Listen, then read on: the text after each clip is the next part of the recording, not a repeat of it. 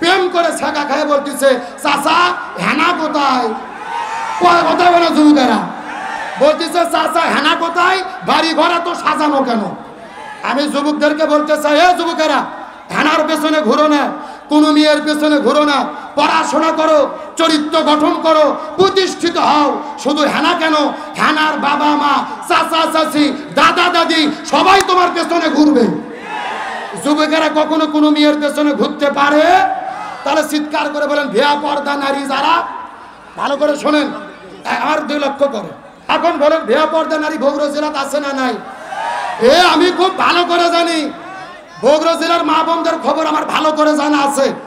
এই যে যুবকের আজকের মাহফিল উপস্থিত হয়েছে, এই যুবকদের কোনো দোষ নেই। এরা মহিলাদের পিছে ঘুরতো না, ইফটিজিং করতো না, ধর্ষণ করতো না, যদি আপনার আমার মেয়ে পর্দার ভেতরে থাকতো। কথা বল না কেন? আমরা যখন আমাদের মেয়েদেরকে বেপর্দা করে ছেড়ে দিছি, তখন তাদের মাথা হিট হয়ে গেছে। নবীজি জিজ্ঞেস করে বলেন, হে ভাই জিবরাইল, এই সমস্ত মহিলাগুলো কারা বলো তো দেখি। এমন সময় রাসূল ডাকতে বলেন, জিবরাইল ডাকতে বলে, ইয়া রাসূলুল্লাহ, মনের মধ্যে কষ্ট নেবেন না, রাগ করবেন না। এইমাত্র আল্লাহ জানাইয়া দিয়েছে আপনার উম্মতের ভেতরে অধিকাংশ মহিলারা জাহান্নামে যাবে। অধিকাংশ মহিলাগুলো যাবে কোথায়? এই কথা শোনার পরে নবীজির মনটা বড় খারাপ হয়ে গেলেন। নবীজি জিজ্ঞেস করে বলেন, হে ভাই জিবরাইল, অধিকাংশ মহিলা কেন জাহান্নামের মধ্যে যাবে? এমন সময় জিবরাইল ডাকতে বলে, ইয়া রাসূলুল্লাহ, অধিকাংশ মহিলা জাহান্নামের মধ্যে যাবে, এর পেছনে অনেকগুলো কারণ রয়েছে। তার ভেতরে প্রধানত কারণ হলো 2টা। জোরে বলেন কয়টা? সাউন্ড নাই কে রে? লক্ষ লক্ষ লোকের এটা কোনো সাউন্ড? আপনাদের কি কষ্ট হচ্ছে? এই যে আমি বসে আছি মাঝখান দিয়ে সোজা, ডান দিকে এক ভাগ, বাম দিকে আর এক ভাগ, আপনারা মুখ বন্ধ করে থাকেন। আপনারা বলেন তো দেখি, অধিকাংশ মহিলা জাহান্নামে যাবে, তার পেছনে কারণ হলো কয়টা? আরো জোরে, আপনারা মুখ বন্ধ করেন, আপনারা বলেন তো দেখি, অধিকাংশ মহিলা জাহান্নামে যাবে, তার পেছনে কারণ হলো কয়টা? ওরে বাবা, কে রে ভাগ করে দেনা সাউন্ড বাড়তিছে? তার মানে আপনি আলসামি করতেছেন না? এ বগুড়ার মুসলমান গভীর মনোযোগ লক্ষ্য রাখুন। ডানে যারা আছেন কথা বলবেন, বামে যারা আছেন তারাও কথা বলবেন, মন্ত্রের চতুর্দিকে যারা বসে আছেন তারাও কথা বলবেন। সবাই মিলে চিৎকার করে বলেন তো, অধিকাংশ মহিলা জাহান্নামে যাবে, তার পেছনে কারণ হলো কয়টা? আরো জোরে। এই কথা শোনার পরে নবীজির মনটা বড় খারাপ হয়ে গেলেন। জিবরাইলকে জিজ্ঞেস করে বলেন, হে ভাই জিবরাইল, এ ভাই জিবরাইল, 2টা কারণ অধিকাংশ মহিলা জাহান্নামে যাবে, এর মধ্যে প্রথম নম্বর কারণটা কি বলো তো দেখি। এমন সময় জিবরাইল বলেন, ইয়া রাসূলুল্লাহ, তার মধ্যে প্রথম নম্বর কারণ হলো সেই মহিলাগুলো মাথার চুলগুলো বের করে, আজরা পাজরা বের করে, বেপরদা অবস্থায় রাস্তাঘাটে ঘোরাফেরা করে, এই সমস্ত মহিলাগুলো জাহান্নামের মধ্যে যাবে। তার মানে বোঝা গেল বেপরদা নারী যারা জাহান্নামে যাবে, তারা এই শূন্যস্থান পূরণ বোঝেন না? জোরে, বেপরদা নারী যারা। আমার বিবন্ধুকার মুসলমান ভাইরা গভীর মনোযোগ। এই কথা শোনার পরে আমার নবীজি জিবরাইলকে জিজ্ঞেস করে বলেন, এ ভাই জিবরাইল, 2 নম্বর কারা জাহান্নামের মধ্যে যাবে বলো তো দেখি।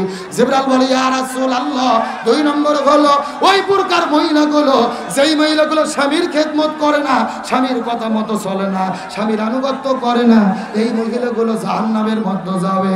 তার মানে বোঝা গেল স্বামীর অবাধ্য স্ত্রী যারা জাহান্নামে যাবে।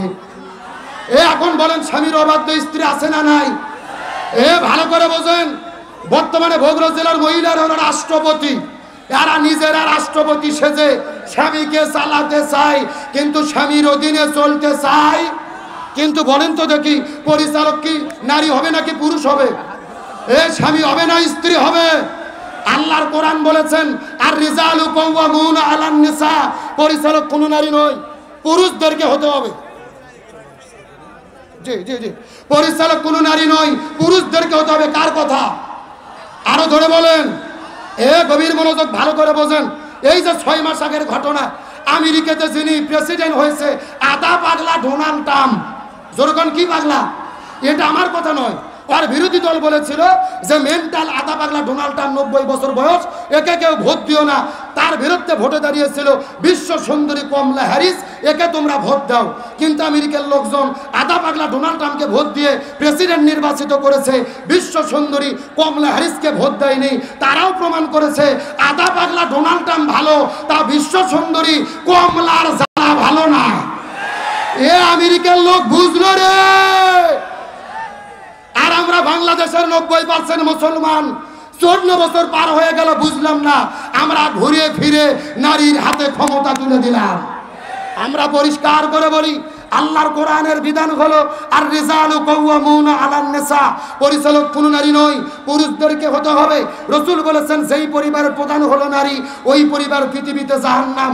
আর যেই দেশের রাষ্ট্রপতি প্রধানমন্ত্রী নারী হয়, ওই দেশে শান্তি আসতে পারে। সুতরাং আমরা শপথ গ্রহণ করব, এতদিন যা করেছি ভুল করেছি, আগামীতে আর কোন নারীকে বাংলাদেশের প্রধানমন্ত্রী দেখতে চাই না। আগামীতে পুরুষ প্রধানমন্ত্রী কারা কারা দেখতে চান, দুটি হাত আল্লাহকে তুলে দেখা।